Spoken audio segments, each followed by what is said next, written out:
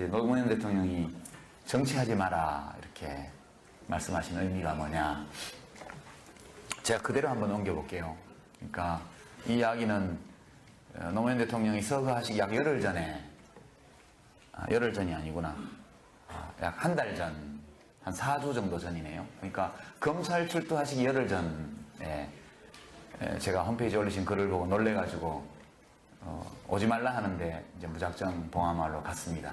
갔더니 정말 카메라가 수백 대가 그 문 앞에 지키고 있고, 제가 지나가니까 사진 찍는 소리가 매미 울음소리처럼 그렇게 많이 들리는데, 제 평생 그렇게 한꺼번에 많은 카메라가 오는 걸 처음 봤습니다. 예, 제가 갔을 때 이 말씀을 그때도 하셨어요. 근데 이 말씀을 하실 때 이제 어떻게 말씀하셨냐면요, 정치를 위해서 정말 많은 것을 바쳤다. 근데 정치를 왜 하느냐 하면 보통의 사람들이 편안하고 즐겁게 살아갈 수 있도록 하기 위해서 정치를 하는 거다. 근데 보통의 사람들이 편안하고 즐겁게 사는 거는 뭐냐? 애들 낳고 키우고 부모들 잘 모시고 아이들 잘 가르치고 자기 건강 유지하고 이웃과 좋은 관계 갖고 나가고, 다 그런, 여가 생기면 놀러도 가고 그런 거 아니냐는 거예요. 그런 거죠. 딴 거 뭐 있으니까. 근데 보통의 사람들이 그런 평범하고 일상적인 행복을 누릴 수 있는 사회를 만들기 위해서 정치를 하는데, 정작 정치를 하는 사람은 그 정치를 하기 위해서 무엇을 바치느냐? 무엇을 바치느냐를 따지면 손가락이 부족해서 헤아릴 수가 없고, 무엇을 바치지 않았느냐 이렇게 따져보는 게 편한데, 그렇게 따져보면 5손가락으로도 손가락이 남는다. 그렇게 말씀하시죠. 그러니까 보통 사람들의 일상적인 평범한 행복을 위해서 정치를 하는데, 그것을 위해서 정치하는 사람에게서는 그 어떤 일상적 행복도 없는 것, 이것이 정치인 것 같다. 예, 그렇게 그 말씀하시면서 정치하지 말라고 하시더라고요, 저보고. 그리고 이제 아까 세상을 바꿨다고 생각해, 조금이라도 바꿨다고 생각했는데 돌아보니 물을 가르고 달린 것 같다. 돌아보니 모든 것이 원래대로 가 있더라. 이런 말씀도 하셨고, 진짜 세상을 바꾸는 것은 대통령이 할 수 있는 일이 아닌 것 같다. 다른 어떤 일을 통해서 할 수 있는 게 아닌가 싶다. 그런 말씀도 주셨고요. 저한테는 개인적으로 사과농사 얘기를 하셨어요. 감농사. 진영은 단감을 많이 재배하는 곳이기 때문에. 과일 농사를 잘 지으려면 꽃도 따주고 뭐 다 합니다. 봄에 꽃이 너무 많으면 과일이 많이 달리니까요. 수분하면서 꽃을 따주고, 열매가 맺히고 나면 솎아주고, 뭐 가지를 받쳐주면 다 합니다. 사과, 복숭아 전부 다. 근데 그런 것도 중요하지만 가장 근본적인 것은 물이 잘 빠지게 하고 물이 잘 들게 하고, 그리고 거름을 잘 줘서 토양을 건강하게 만들고, 이렇게 해야 과일 농사가 잘 될 거다. 그 대통령은 물 주고 거름 주는 자리는 아닌 것 같다. 그런 것이죠. 그러니까 저보고 당신은 글도 잘 쓰고 강의도 잘 하니까 정치하지 말고 이렇게 대학생들하고 같이 강의도 하고 책도 써서 젊은 사람들하고 대화하고, 희망은 젊은 사람들 뿐이지 않냐. 그러니까 젊은이들과 대화 소통하면서 젊은이들을 일깨우고, 젊은이들을 참여시키고, 이런 일을 하려면 직접 정치를 하는 것보다는 지식인으로 활동하는 게 더 좋지 않겠냐, 이렇게 저한테 말씀하시더군요. 그래서 제가, 대통령님 그러면 그럼 정치는 뭐 못난 사람만 해야 됩니까? 뭐 이상한 사람만 정치해야 됩니까? 이랬더니, 아니 그건 아니고 이미 정치밖에 못할 사람들도 많잖아. 그런 사람들은 정치를 똑바로 해야 되고, 당신은 다른 것도 잘할 수 있으니까 다른 거 하면 되지. 그런, 정치를 근본적으로 부정하는 말씀은 아니고요. 이제 가까운 아끼는 사람들을 볼 때 당신 자신의 20년의 정치 역정을 돌아볼 때 너무 고통스러웠기 때문에 이제 그런 연민 이런 것들이 많이 작용해서 그런 말씀하셨다고 저는 생각합니다. 정치 지망하는 대학생들은 이거 잘 알고 하셔야 돼요. 함부로 뛰어들었다가는 패가망신하는 경우가 부직 있습니다. 그러니까 스스로 삶을 영위할 수 있는 힘을 우선 가져야 돼요. 저도 그래도 글줄이나 쓰니까 밥 먹고 살지, 저한테 글 쓰는 재주마저 없었으면, 또 재주라기보다는 끊임없는 훈련을 통해서 길러진 거긴 합니다만, 그 생계의 수단이거든요. 저한테는 이게 없으면 생활비를 남에게 의지해야 됩니다. 그러다 보면 키다리 아저씨도 있어야 되고요, 우렁이 각시도 있어야 되고, 그래 하다 보면 검찰이 이메일 뒤지면 생활비인지 정치자금인지 구분이 모호하니까 그냥 잡혀가는 거죠. 그것은 참 비참한 일입니다. 자기의 일상적 삶의 물질적인 조건을 만드는 일을 타인에게 의지한다는 것은 인간적으로 너무너무 비참한 일입니다. 제가 정책연구원장으로서 정책연구를 하지만 앞으로 동시에 일 보고 저녁에 이제 어디 가서 또 매일 글을 씁니다. 왜냐하면 1년에 한 권은 책을 내야 아이들 학교도 보내고 저도 먹고 살기 때문에 연구원은 당이 가난해서 공급이 없으니까요. 이게 고통스럽습니다. 정치인의 일상은. 그래서 결코 밖에서 보는 것처럼 화려하고 그런 것은 아니다. 그래서 자기 자신이 우선 국가적으로 사회에 다른 사람에게 유용한 사람으로서의 역량을 가지고 있어야 되고 어떤 악조건 하에서도 자기 자신의 삶에 관해서는 스스로 책임질 수 있는 기반을 만든 후에야 정치를 해야지. 그렇지 않으면 건달됩니다. 건달. 여의도 건달. 보통 달건이라 그러는데 그 점을 말씀드리고 싶고요. 지금 답이 너무 길어져서 몇 분이나 할지 모르겠는데 한국우주학과의 이승섭 학생 질문은 이공계 출신들은요 좀 순박하신 것 같아요. 그러니까 세상을 잘 모르세요. 이 정치 바닥이라는 데가 얼마나 험한 데인지. 여기는 겉보기에는 명분으로 경쟁하고 정책으로 경쟁하는 것 같지만 동시에 바닥으로 내려가면 거기는 아주 치열한 권력 투쟁이 벌어지고 있는 이제 현장이거든요. 근데 되게 이제 엔지니어나 공학을 하신 분들은 너무 합리적이세요. 너무 합리적이시고 대체로 또 거짓말도 좀 잘 못하는 경향이 있고요. 인문학이나 정치학, 사회과학 한 분들보다 이공계 쪽 하신 분들이 훨씬 순박하세요. 제가 겪은 바로는. 그러다 보니까 이 험악한 업계에 들어오셔가지고 잘 성공하기 어려운 거죠. 왜냐하면 합리적으로 생각하면 있을 수 없는 일인데 그런 일이 일상적으로 벌어지는 것이고 그리고 사람들의 말을 너무 잘 믿으세요. 절대 그렇지 않거든요. 보는 데서는 덕담하고 좋은 얘기하고 돌아서서 나가면 남은 사람들하고 바로 뒤통수 치는 뒷담화하는 데가 정치권입니다. 그러니까 이런 권력을 둘러싼 투쟁이 벌어지고 이 갈등이 벌어지는 현장이기 때문에 자기의 어떤 엔지니어나 공학자로서의 어떤 전문 지식 기술과 아울러서 이 권력 쟁투를 감당해낼 수 있는 이 내면적인 역량과 꽤, 지혜, 그리고 그런 줄다리기를 감당해낼 수 있는 배짱 이런 것들이 다 있어야만 성공하거든요. 우리 이명박 대통령 전공은 뭐죠? 공학 아니에요? 건축학인가?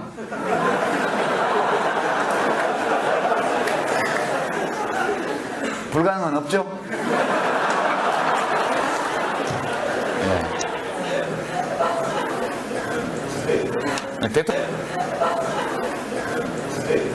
대통령이 되는 거는 그것은 국민이 원해야 되죠. 누가 훌륭하다고 해서 꼭 대통령이 되는 것은 아니고 안 훌륭해도 얼마든지 대통령이 될 수 있고요. 아니 꼭 누구 얘기를 하는 건 아닙니다. 시대적 요구, 그 어떤 시점에서 국민들의 소망 이런 것들이 어떤 사람을 대통령으로 밀어올리는 겁니다. 노무현 대통령도요. 그렇게 인격적으로 너무너무 훌륭하고 완벽하시고 이래서 대통령이 되신 게 아니에요. 그 시기에 국민들이 소망하는 어떤 것 그것과 노무현 대통령이 정치인으로서 가지고 있던 것 사이에 공명이 일어났기 때문에 짧은 기간에 지지율이 올라가고 우여곡절 거치면서 대통령이 되셨던 거고요. 우리 이명박 대통령도 2년 반 대통령 되시기 2년 전부터 이미 대통령이었잖아요. 지지율 1위.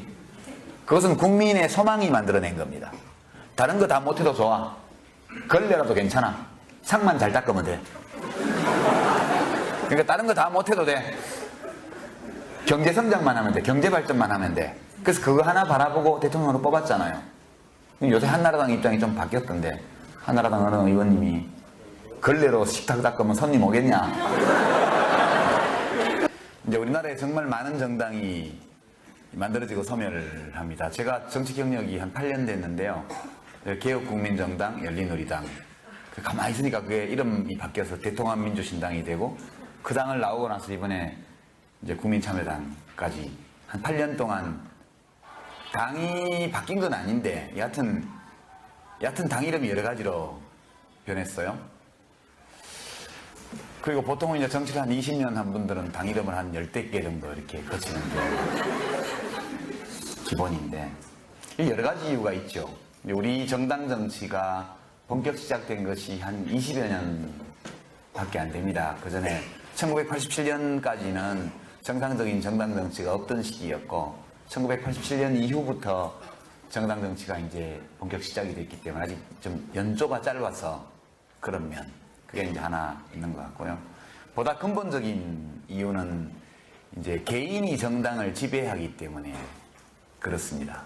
그러니까 우리 국민참여당이나 과거 개혁국민정당처럼 조그만 당 경우에는 이제 아직 정착이 덜 됐기 때문에 뿌리가 없어서 쉽게 흔들리고 이제 이런 면이 있습니다만, 큰 당들이 저렇게 막 바뀌잖아요.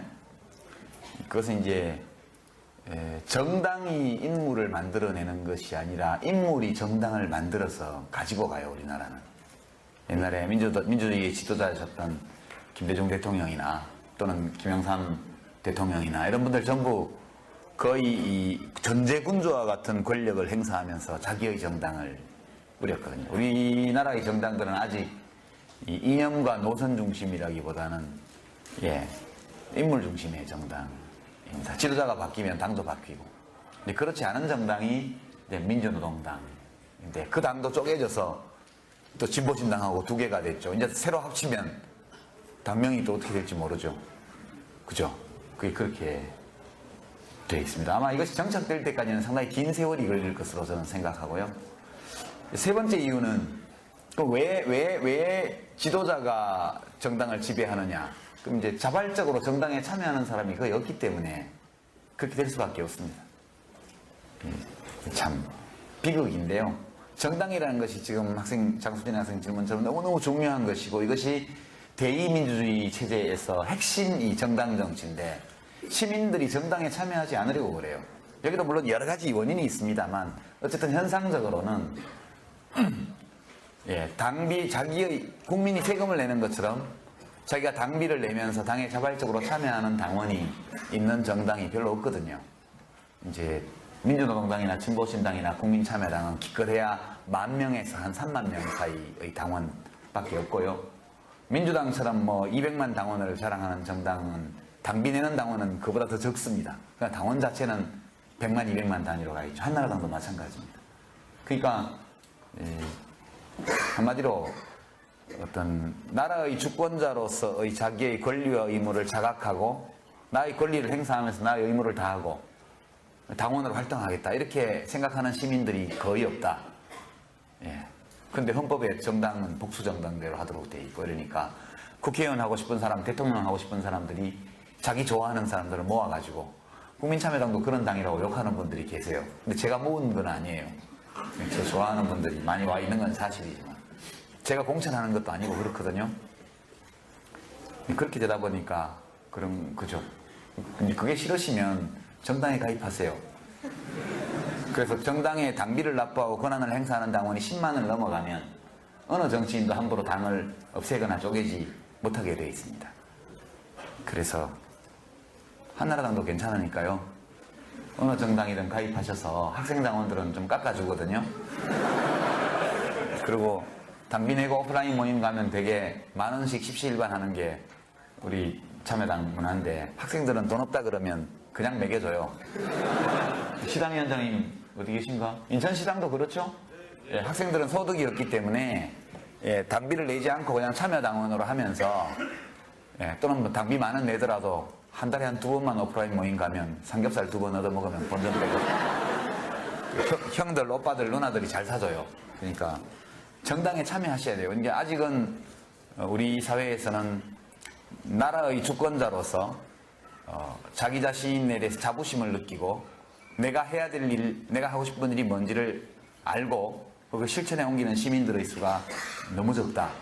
이것이 근본적으로 정당이 그렇게 자주 생성소멸되는 가장 근본적이고 핵심적인 이유라고 저는 생각합니다. 정권을 만드는 일을 타인에게 의지한다는 것은 인간적으로 너무너무 비참한 일입니다. 제가 정책연구원장으로서 정책연구를 하지만 앞으로 동시에 일 보고 저녁에 이제 어디 가서 또 매일 글을 씁니다. 왜냐하면 1년에 한 권은 책을 내야 아이들 학교도 보내고 저도 먹고 살기 때문에. 연구원은 당이 가난해서 공급이 없으니까요. 이게 고통스럽습니다. 정치인의 일상은. 그래서 결코 밖에서 보는 것처럼 화려하고 그런 것은 아니다. 그래서 자기 자신이 우선 국가적으로 사회에 다른 사람에게 유용한 사람으로서의 역량을 가지고 있어야 되고, 어떤 악조건 하에서도 자기 자신의 삶에 관해서는 스스로 책임질 수 있는 기반을 만든 후에야 정치를 해야지. 그렇지 않으면 건달됩니다. 건달. 여의도 건달. 보통 달건이라 그러는데 그 점을 말씀드리고 싶고요. 지금 답이 너무 길어져서 몇 분이나 할지 모르겠는데, 한국우주학과의 이승섭 학생 질문은, 이공계 출신들은요, 좀 순박하신 것 같아요. 그러니까 세상을 잘 모르세요. 이 정치 바닥이라는 데가 얼마나 험한 데인지. 여기는 겉보기에는 명분으로 경쟁하고 정책, 아니 그건 아니고 이미 정치밖에 못할 사람들도 많잖아. 그런 사람들은 정치를 똑바로 해야 되고, 당신은 다른 것도 잘할 수 있으니까 다른 거 하면 되지. 그런 정치를 근본적으로 부정하는 말씀은 아니고요.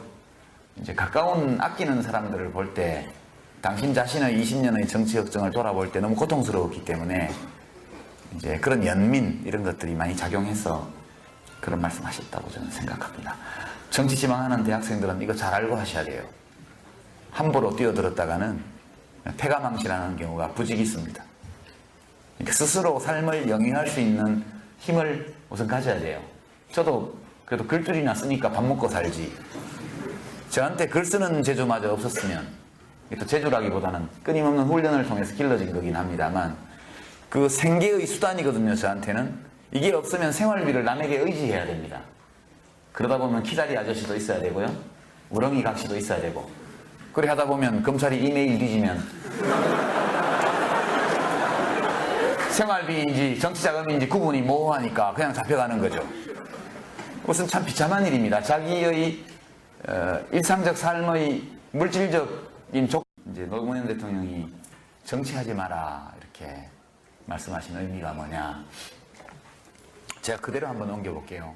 그러니까 이 이야기는 노무현 대통령이 서거하시기 약 열흘 전에, 열흘 전이 아니구나, 약 한 달 전, 한 4주 정도 전이네요. 그러니까 검찰 출두하시기 열흘 전에 제가 홈페이지에 올리신 글을 보고 놀래가지고 오지 말라 하는데 이제 무작정 봉하마을로 갔습니다. 갔더니 정말 카메라가 수백 대가 그 문 앞에 지키고 있고, 제가 지나가니까 사진 찍는 소리가 매미 울음소리처럼 그렇게 많이 들리는데, 제 평생 그렇게 한꺼번에 많은 카메라가 오는 걸 처음 봤습니다. 예, 제가 갔을 때 이 말씀을 그때도 하셨어요.